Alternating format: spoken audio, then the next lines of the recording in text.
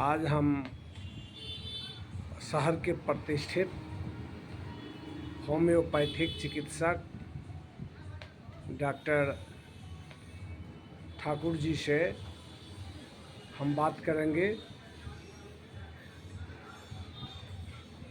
जन सरोकार TV channel में आपका स्वागत है। डॉक्टर साहब, अभी जो हमारे बिहार में और देश में जो ग्रीष्म का समय है और मौसम जो परिवर्तन हो रहा है, इसमें लोग अधिक बीमार पड़ रहे हैं।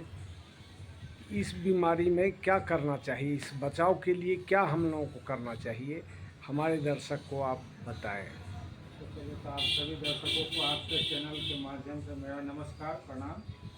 अभी का बदलता मौसम में करना कुछ नहीं होता, थोड़ा सा सावधानी की ज़रूरत है। जैसे अभी धूप में अगर हम किसी काम के लिए जा रहे हैं तो जाइए, ज़रूर जाइए, क्योंकि काम है तो जाना अनिवार्य है। लेकिन अगर धूप में जा रहे हैं तो जाने से पहले कम से कम आधा लीटर पानी पी लीजिए। कहीं अगर जा रहे हैं धूप के बाद तुरंत अगर कहीं बैठ गए तो बैठ करके अगर किसी ने कोई कोल्ड ड्रिंक दे दिया, किसी ने फ्रिज का पानी दे दिया, तो तुरंत जा कर के कहीं ठंडा पानी, फ्रिज का पानी का यूज़ से बचना है।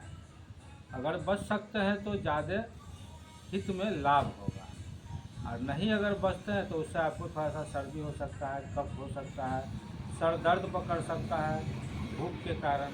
अगर इसी धूप में तुरंत अगर बारिश में अगर भीग जाते हैं तो उस वक्त भी अगर आते हैं कहीं से, तो सबसे पहले हमको क्या करना चाहिए, इसका उपाय हम बताते हैं। सबसे पहले आइए तो उस कपड़ा को आप धो लीजिए, स्नान कर लीजिए बढ़िया से, और उसके बाद जो है पीला सरसों अगर का तेल अगर मिलता है तो बढ़िया से सर पे मालिश कर लीजिए।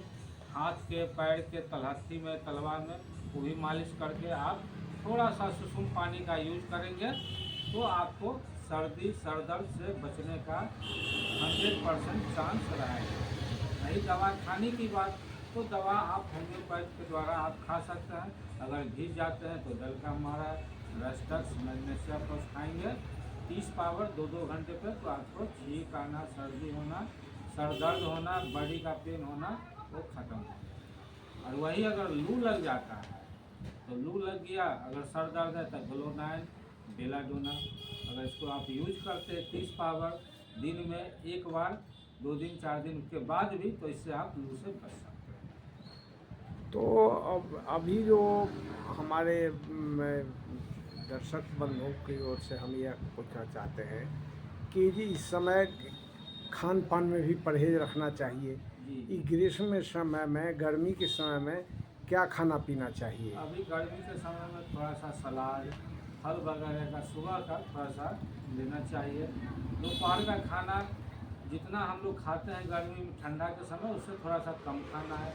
फिर भूख लगे फिर शाम में 4 बजे 5 बजे थोड़ा सा हल्का कुछ ले सकते हैं। फिर रात का खाना हल्का लीजिए।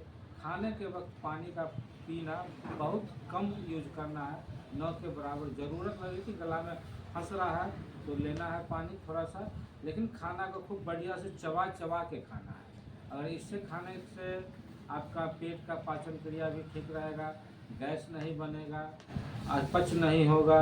तो पानी जब ज़रूरत हो खाना के 1 घंटा बाद आप पानी भरपूर ले सकते हैं, लेकिन शरीर के अंदर पानी का कमी भी नहीं करना है। शरीर में पानी का कमी होने का क्या पहचान है, जिससे लगे कि ये शरीर में पानी का कमी आपका हो अभी गया? गर्मी के समय में सर में चक्कर आना, वोमिटिंग, पेट का दर्द, कभी कभी होगा कि आपको डिहाइड्रेशन, मतलब पतला लैट्रिन भी हो सकता है। कभी कभी आँव म्यूकस के, पेट के दर्द के साथ साथ तो उस तरीक़ा से आ सकता है। उसमें आप ORS का घोल वगैरह का यूज़ करेंगे, खान पान परहेज रखेंगे, तो लिक्विड पदार्थ लेंगे, जूस वगैरह लेंगे, तो बिना दवा से भी ये सब कंट्रोल किया जा सकता है।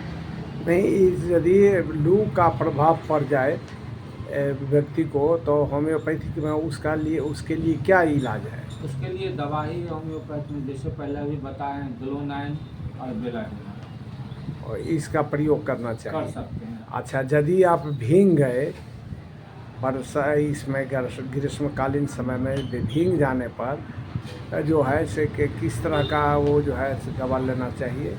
उसी के लिए पहले बताएं, डल का मारा था, ब्रेस्ट था और मैग्नेशिया फ्लोरोसिस। और फिर ऐसे पेशेंट को किस तरह का खान पान रखना चाहिए?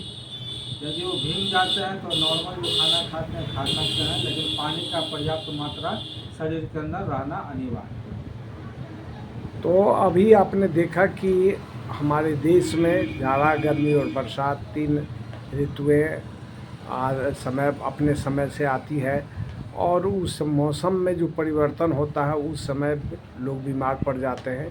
डॉक्टर साहब ने बताया कि इस परिस्थिति में किस तरह से आपको रहना चाहिए और क्या खान पान करना चाहिए और परहेज़ से रहना चाहिए। सबसे है कि हम परहेज़ से रहें, पर हम बीमार नहीं पड़ें, और बीमार पड़े तो हम किस तरह का खाना खाएं, आप दर्शक बंधुओं को बताया है। आप जन सरोकार टीवी चैनल में आपने डॉक्टर साहब की बात को सुना। हम जन सरोकार टीवी चैनल की ओर से डॉक्टर साहब को हार्दिक बधाई देते हैं, और आप लोगों को से भी आग्रह है कि आप किस तरह का चैनल में किस तरह का पसंद आप करते हैं सुनना। आप हमें लाइक सब्सक्राइब कीजिए, शेयर कीजिए। बहुत बहुत धन्यवाद। 6:30